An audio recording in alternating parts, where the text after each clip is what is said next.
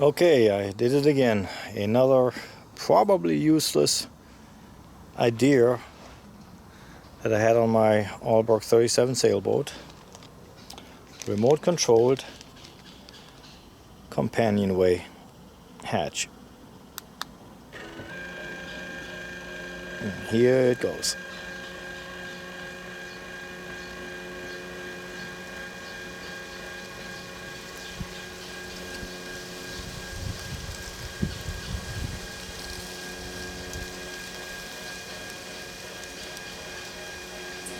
Yes, it moves very slow. Unfortunately, the only actuator I could find on eBay for the right length, which I needed for this project, I needed a 24-inch stroke that was necessary to completely open the companionway hatch. It only came with this one speed setting, which is very low gear. This thing is supposed to be able to handle like up to 600 pounds of pull, which of course would be necessary, but unfortunately the gearing is very, very low, so therefore it moves very slow. I'm not sure if I could change the gears in the gearbox, because they're selling, there's a variety of those little actuators. Some of them, the smaller ones, they have higher speeds. I'm almost tempted to buy another one and just open it up and see if I can change the gearing, but or later on just buy a complete new actuator. Right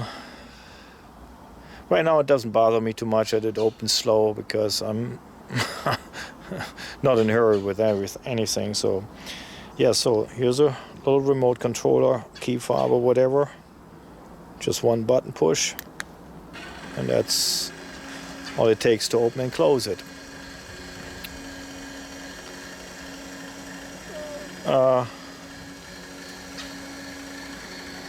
Yeah, most people probably think this is like really completely overkill, and yeah, it might be, maybe so.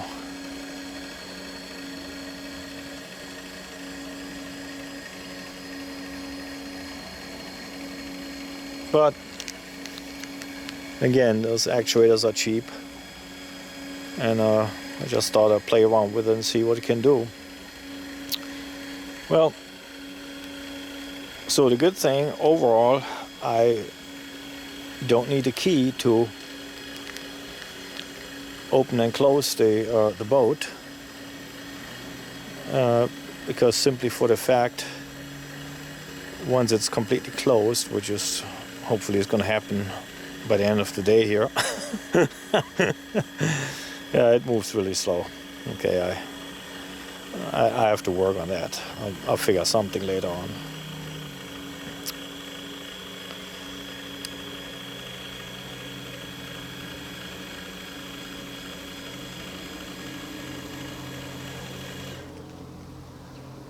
So now it's closed, and since the gearing is so extremely low on this thing, you can't move it, you can't open it up. So there's no chance in hell that you can push against this gear rod. So therefore, you can't open the companionway boards, because where would they go? Boat is locked. If I have to get in really quick,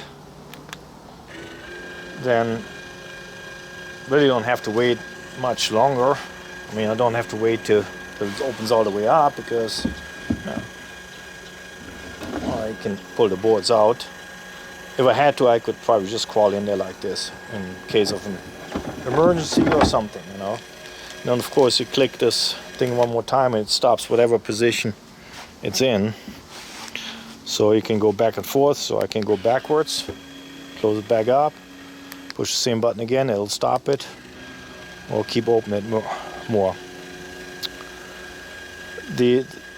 Those controllers that come with it, they're somewhat programmable.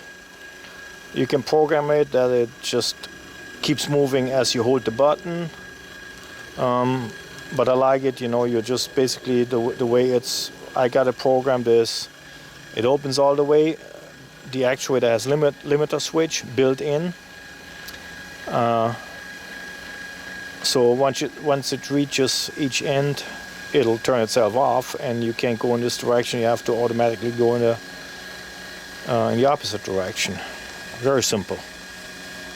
So let me move the camera, and I'm gonna see if I can get some details from how the actual mechanics look. So this is the actuator. Very simple to install. It got two brackets. One is attached to my cabin top. Just put bolts all the way through with a backing plate. And the other bracket is, of course, on the front of the hatch.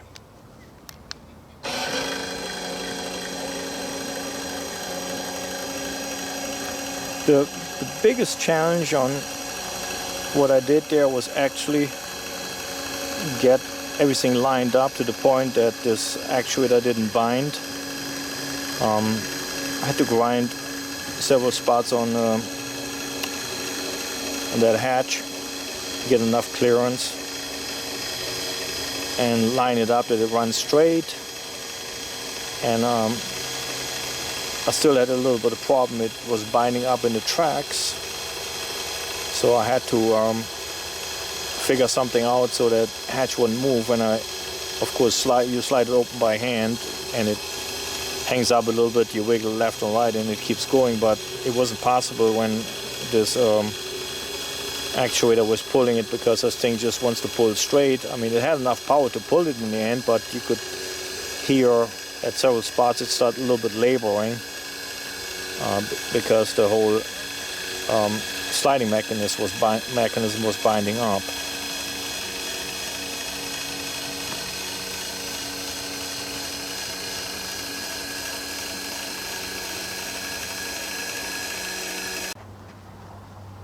So to keep the hatch from binding up, I built this little bracket that you can see here in the center of the screen.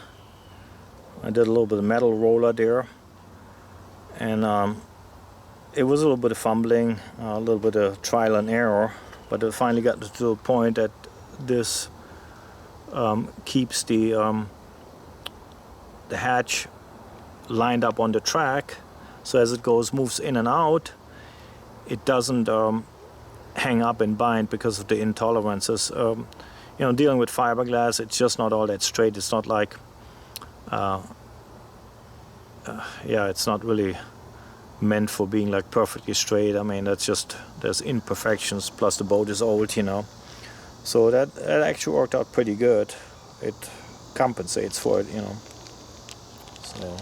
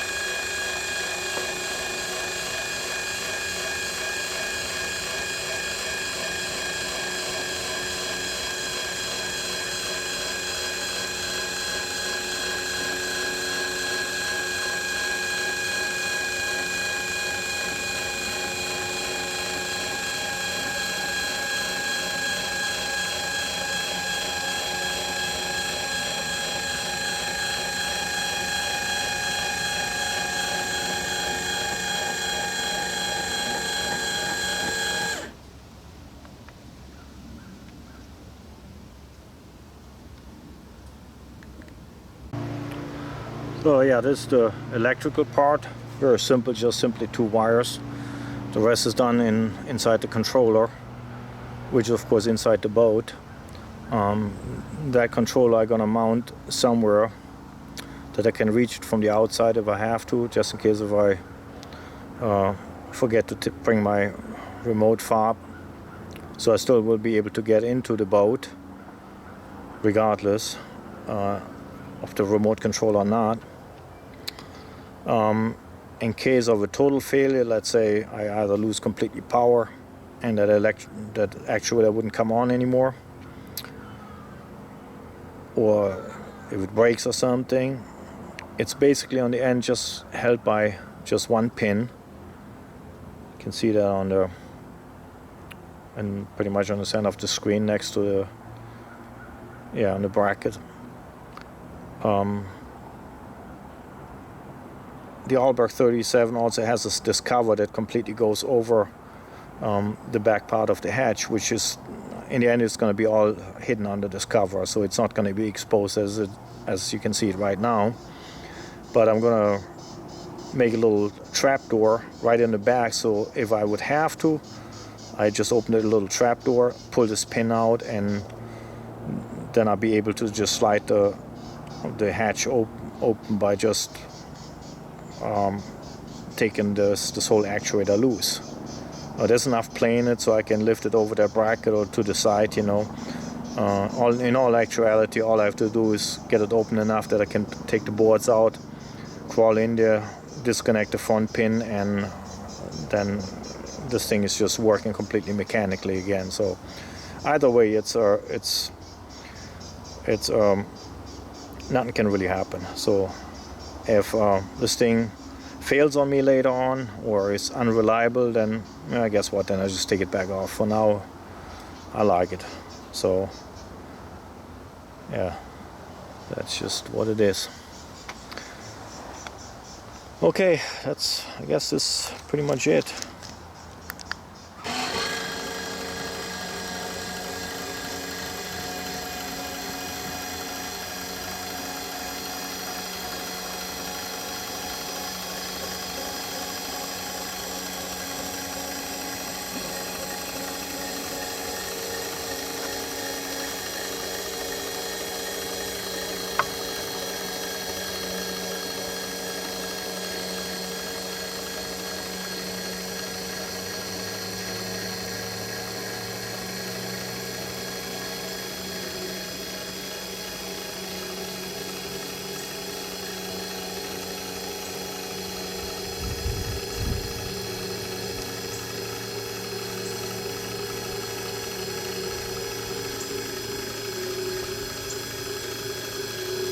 And of course there's lot more detail work to do.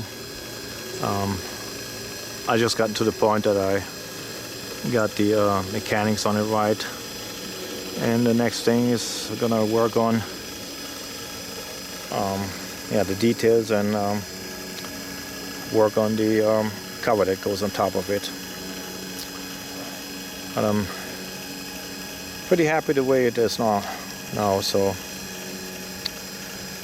anyhow, so that's it for this video, and like always, thank you very much for watching. Till the next one.